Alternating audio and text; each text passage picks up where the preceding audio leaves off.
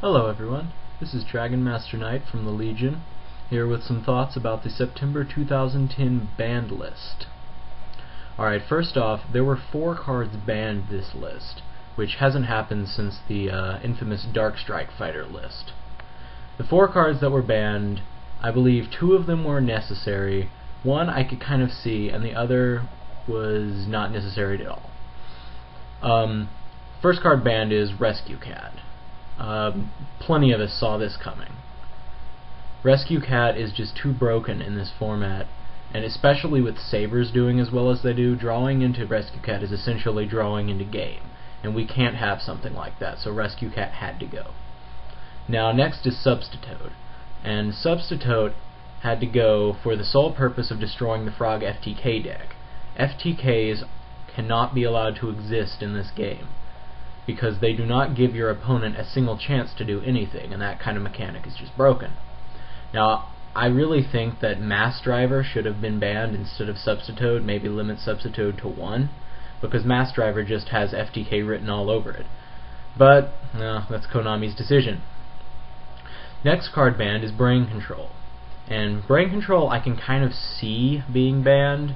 I didn't really expect it. I mean, they've been talking about banning Brain Control for a while now, but they finally went and did it. I mean, it's a good card and it's a potential draw into game. And then the 4th card banned, which I don't believe needed to be banned at all, was Heavy Storm. I mean, Heavy Storm wasn't exactly on the hot seat this past format. If anything, its playability went way down since the release of Starlight Road. I mean, everyone seems to be using Cold Wave and Trunade over Heavy Storm anyway nowadays, so I really don't understand this move on Konami's part. I personally would have banned Cold Wave instead of Heavy Storm, but that's just me. Alright, limited. We have 5 cards limited this time. 2 of them actually came off the banned list, and 3 were moved up to limited. Okay, first off, Black Whirlwind. If you didn't know, Black Wings did exceptionally great in Japan. They were essentially the X-Sabers of the OCG, and so the OCG limited Black Whirlwind to further cripple the Blackwing deck. Then Royal Oppression. Probably another attempt to cripple Blackwings, as Blackwings use Royal Oppression a lot. Infernity Launcher is at 1 now, and I believe that this was a really good limit. Infernity Launcher is just too broken to be at 3. I mean, giving Infernities their own superpowered Monster Reborn that they can run 3 of is just a bit too much. Drawing into that is essentially top-decking into game. Then, the 2 cards that were brought back from the banned list were both cards that I never would have thought would have hit the limited list at all. First is Monster Reborn, which has been kind of flirting with the banned limited list for a while now. It generally has a cycle of being swapped out for Call of the Haunted and vice versa, but this time Monster Reborn is back, and without Call of the Haunted being banned either, which confuses me. Monster Reborn is possibly the most broken source of special summoning power in the game, and I'm not sure why they would ever want to bring it back, but they did. The other card I can kind of see bringing back a little more than Monster Reborn, and that's Dark Hole.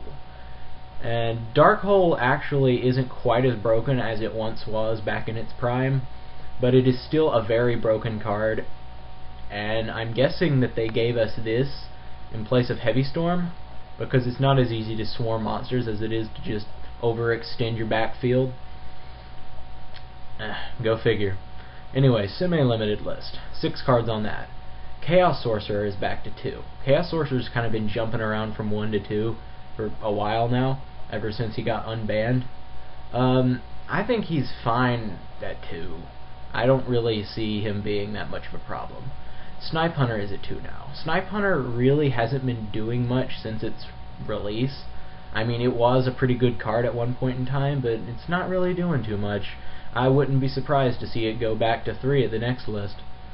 Duloran, the Tiger King of the Ice Boundary. He was brought to 2 to match the OCG list, in which he was at 2. And apparently there was some loop that you could do with him, which is why he was semi-limited in Japan in the first place. But I don't really know that. MST is brought to 2, which for the longest time MST was one of the limited staples. but I guess since they destroyed Heavy Storm, they might as well give us a second MST to make up for it. Ojama Trio is back at 2, and I don't like that at all. I can see Chainburn making a comeback here. Ojama Trio had some nasty locks with it, and I think it was perfectly fine at 1. So it's going to be interesting to see how that goes. And then Magic Cylinder was brought to 2. Now, Magic Cylinder is one of those limited cards that nobody really used. I mean, why run Magic Cylinder when you could run something like Mirror Force? Anyway, Magic Cylinder's back at 2, and that may, along with Ojama Trio, contribute to the rise in Chainburn. Who knows? Now, 6 cards were unlimited this list. First is Goblin Zombie. Now, I personally was disappointed that Mizuki did not get brought back to 2. Anyone who knows me knows that I like zombies, and I think Mizuki should be at 2.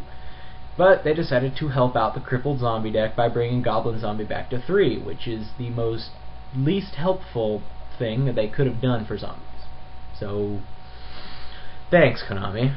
Cyber Dragon is at 3 now. Cyber Dragon was the most feared thing ever back in the day. It was almost banned at one point in time, and now they've slowly been bringing it back, and now it's at 3. It's going to be interesting to see how that goes.